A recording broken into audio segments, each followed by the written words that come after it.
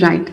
A very good evening to all. International Council for Circular Economy welcomes you to the third season of our Circular Chat.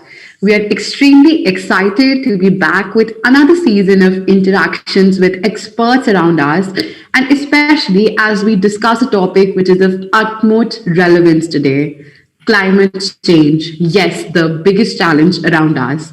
The Circular Chat is an initiative by ICCE to develop and promote the idea of circular economy.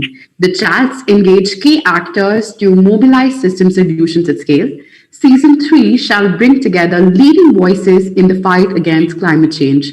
My name is Susanna, and I'm happy to host our guest speaker today, Mr. Madhish Parikh.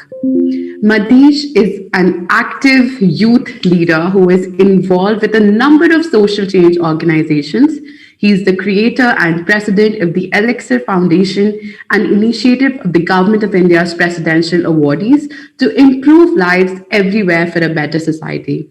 His current portfolios include NSS Advisory Board Member at Gujarat Technological University, Global Shaper at World Economic Forum, member at World Youth Alliance, Truecaller Brand Ambassador, Microsoft Student Partner, co-founder at Invisible NGO, president at Elixir Foundation, and a global shaper at Ahmedabad Global Shapers World Economic Forum. For his outstanding community welfare services, he was honored with Indira Gandhi Award by Honorable President of India, Sri Pranab Mukherjee. So thank you for joining us today, Madhish. It's an honor to have you with us. It's an honor to be on this talk. Special thanks to ICCE, Susanna and Shalini ji for hosting me, and also to Disha and the entire team. Right. Thanks a lot. Yes, so thank you so much, sir. And I see you're an active youth leader, and I'm personally very, very impressed by your journey. I know that you are an engineer by profession, and then you moved into this field. So, Madhish, your organization, Alexa Foundation, works to improve lives everywhere for a better society, and I'm sure you're well versed with climate change. So, how would you explain climate change to a novice? Right. We being a youth organization, we have always believed in the power of young people and how young people can do wonders. And I see young people as a major transformers, in every aspect, in every field. And particularly talking about climate change, I would like to begin by explaining to all of them, some important distinction between weather and climate, right?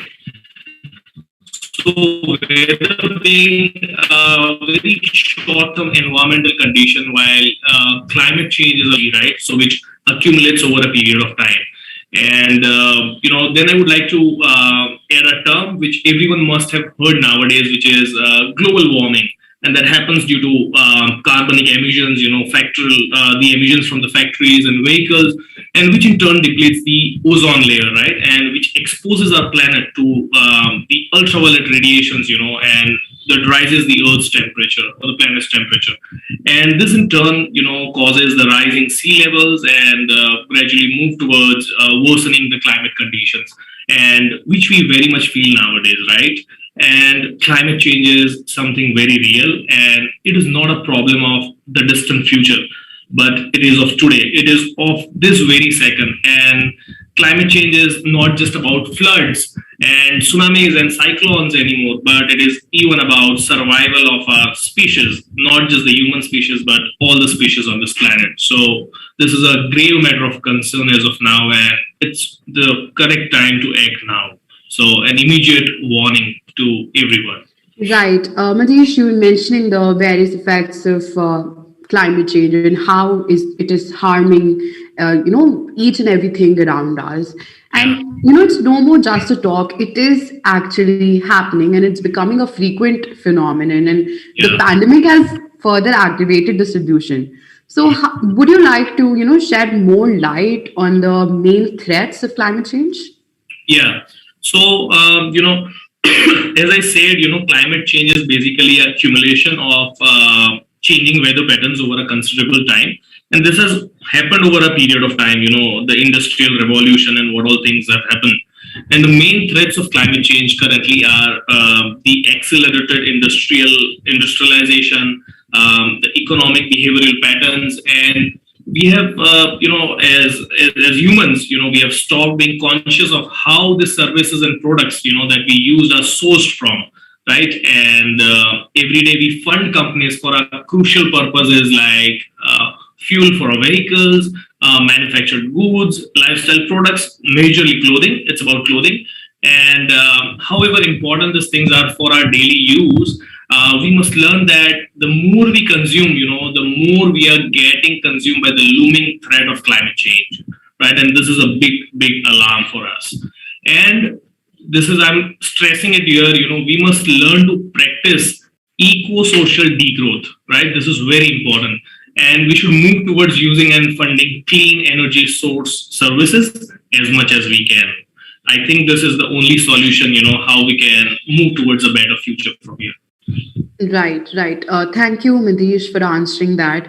And now, if we come to India, you know that India is a signatory to the Paris Climate Change Agreement. So, as a nation, what is the biggest impact of climate change in India, and what might be the probable future impacts? Right.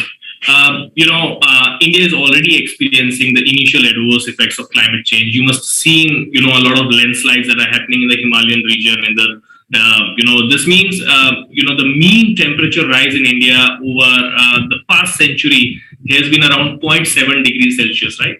Now, while this must seem less to you, but it has already, contributed to extreme weather patterns, in various regions of India, right? And many northern and northeastern states of India have been experiencing on and off droughts, right? And in states like Assam, flooding and landslides have become more prominent. Moreover, India has a 7,516 kilometer of a shoreline, with the Indian Ocean, Bay of Bengal, and Arabian Sea. And the rising sea levels, pose a very big threat to so many states, coastal regions, and which then translates to issues such as mass migration, then flooding, cyclones, resulting into a loss of a lot of lives. So I think these are the major problems, what we as a world are facing right now because of extreme climatic conditions right now. Right, right. Thank you, Madhish. And we know that the impacts of climate change are very disproportionate. So, would you like to talk about that and how it is necessary to, come together, like how a collective action is necessary to face it? Right. Definitely this is a very good question, because together we can fight this and together we have to be strong in this. And we also need to understand this fact that, the increasing threats of this climate change are majorly sourced from the activities of a marginally less percentage of our population. And while if you see the impact of this, it is spread over all of us, and in order to be able to do anything about climate change, we must all come together and amplify our voices through collective action. I think that is very, very important. And when it is a collective action, it has to be seen as a democratic display of a global dialogue, right? And what I believe personally, it is also very important to sensitize the biggest stakeholders of the population, that is our children and young people, to fight against climate change, to raise our voices against climate change, and to put our voices to the concerned people who can work on the policies, at the policy level to implement a better policy of industries and how to mitigate, climate action. And we all want a better planet, right? This is all what we look for. So we all have to work for it. And, that's how, we can be combating this Right. Climate action.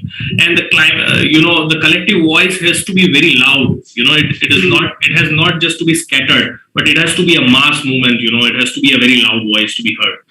Definitely. I totally agree with you that we all have to work towards it. And it starts on a very basic level. I think at a very household level, we can do something to actually, fight this climate change that is happening. So, Right. Manish, I would like to ask from you, what lifestyle adjustments can we make on a daily basis to Yeah. reduce our carbon footprint and, help fight against climate change? Mhm.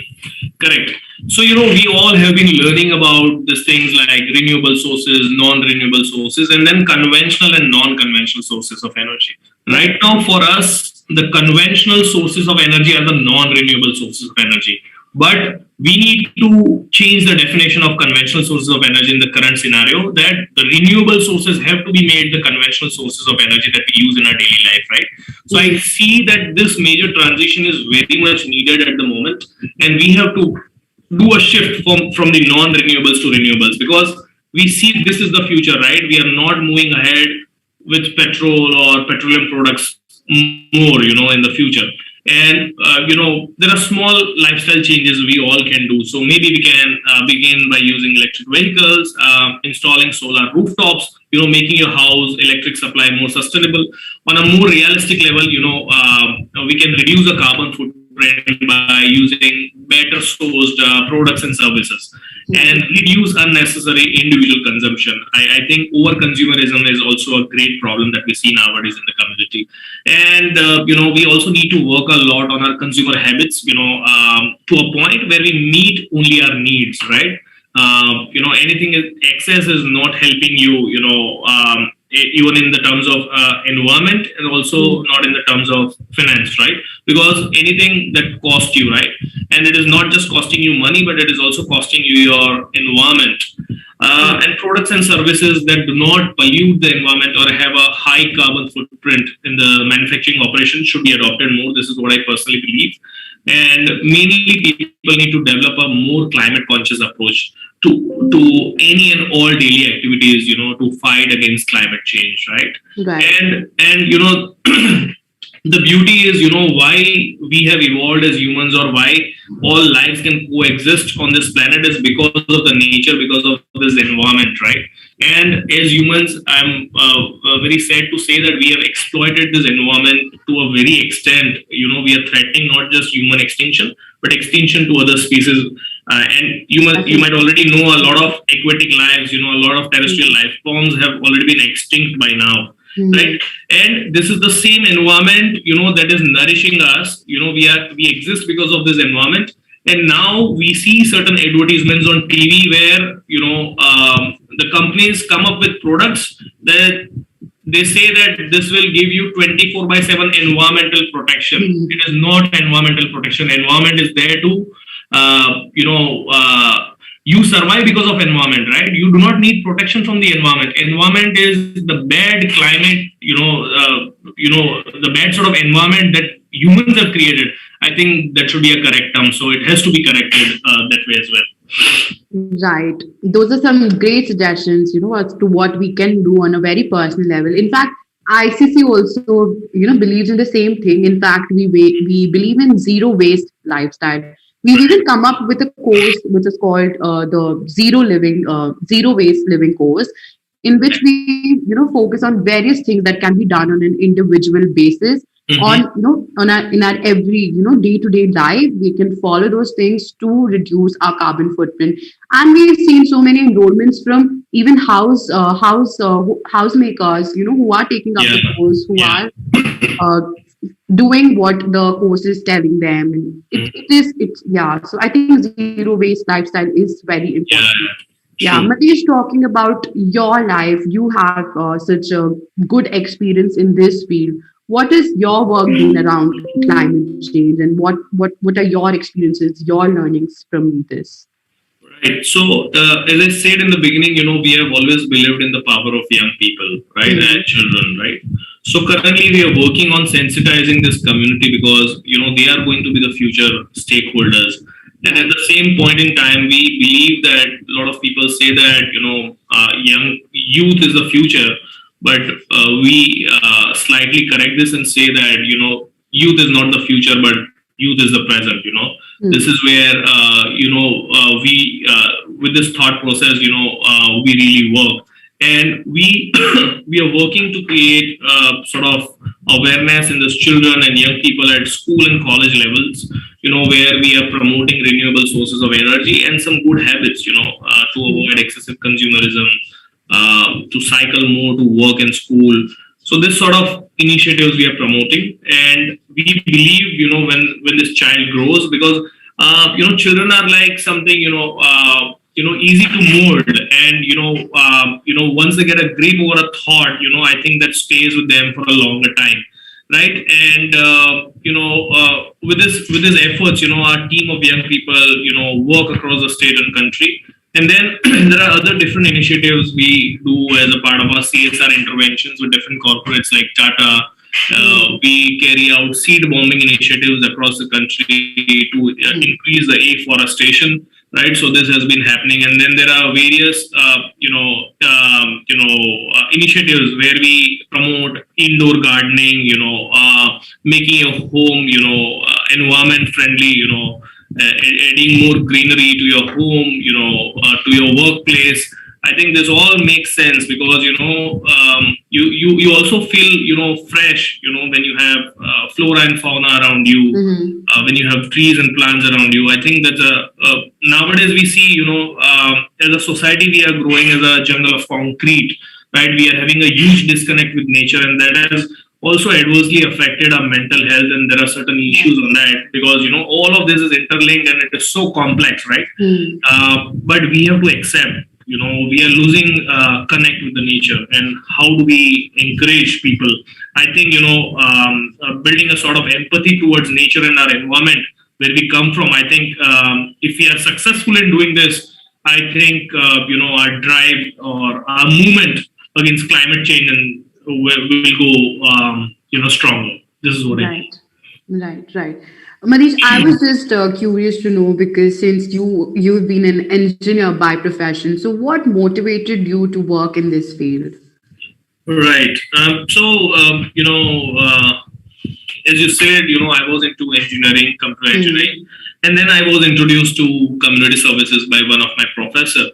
And like everybody has a moment in the life when they realize, what they want to do. Similarly, I also realized, at a point of time that I'm not made to solve the machine level errors. So anybody can code for me and I can get the code, right? But I'm made to solve the real community errors which exist in the society.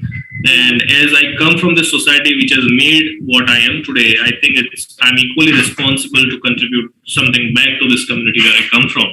And this has always kept me moving with a great support from the community, friends, and team members. And that's how the journey has been really amazing so far. And then I have this hashtag of mine, which I use it everywhere. It's together we can do more, right? And this really keeps me motivated. And it's of course the team that drives the initiatives. I'm just a medium, and at the end, of course, love and empathy that makes us drive this. Right. Congratulations to you on the work that you're doing, and all the best to you for all your future projects, and maybe be able to fight climate change together. Manish, I was looking at the live chat, and we have a question from the audience. One question we have is from Mr. Ajay, and he asks, how ineffective e-waste management impacts our climate? So what is the impact of ineffective e-waste management on our climate? Right. So, this age, the fourth industrial revolution is more about technology, how good at technology we are. And if you see, the world around us is all about gadgets, right? We are doing this technical session on a device, which is a gadget. Now, we are happy to use these gadgets, but what's the dead end to this, say for example, you have a mobile phone, you have a mouse, you have a laptop. When it dies off, you just throw it away. But then it has a lot of circuit in it, which has a printed circuit board. It has clean lead, which is used in the soldering, and there are a lot of chips and circuits, right?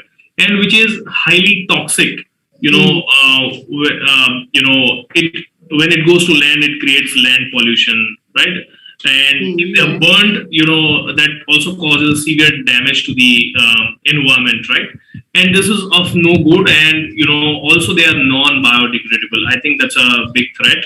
So a proper channel or process has to be developed where the e-waste, can be collected and they can be upcycled, right? And majorly we also see when it goes into the oceans, the aquatic bodies are also, the aquatic life is also consuming all this, which is a serious threat. You must have come across certain videos over the internet and all. So I think a proper channel, which focuses only on e-waste collection. I think, which we do not see around us. We give all our scrap to one pasti wala, the scrap vendor who comes, and probably, they might be able to do at a particular level, at a certain level. After that, it is not possible even for them, right? Mm. Because along with e-waste, there are certain other strong plastic waste, like the carbonic waste, like bakelite and all, which cannot be degraded, right? So Mm. yeah, that's a great environment harm. So yeah, that should be Right. addressed on a prominent basis. Yeah. Right. Thank you so much for answering that, Madish. I don't think we have any other question. So yes, thank you so much for being here with us today. And I would also like to thank everyone who decided to join a live session today. Madish, I would also like to bring to your notice, and of course, to our dear audience of IC's upcoming conference in the month of Hmm. June. So, India Circular Economy Forum, or as we call it, ICEF, shall take place in 2nd and 3rd June at the Indian Habitat Center, New Delhi. It's a physical conference, and the forum shall feature a futuristic approach for stakeholders to build and scale a circular economy by providing a platform to share insights, network, and learn from other circular economy practitioners. In fact, I Right. would love to show a video at this point. So let me quickly share my screen here. It's a 1 minute video. Sure. Our world is only 8.6% circular. Global warming is happening. The pandemic has aggravated the problem. The whole world is trying to find solutions. A rapid transition to a circular economy is important to support the sustainable recovery of our economy.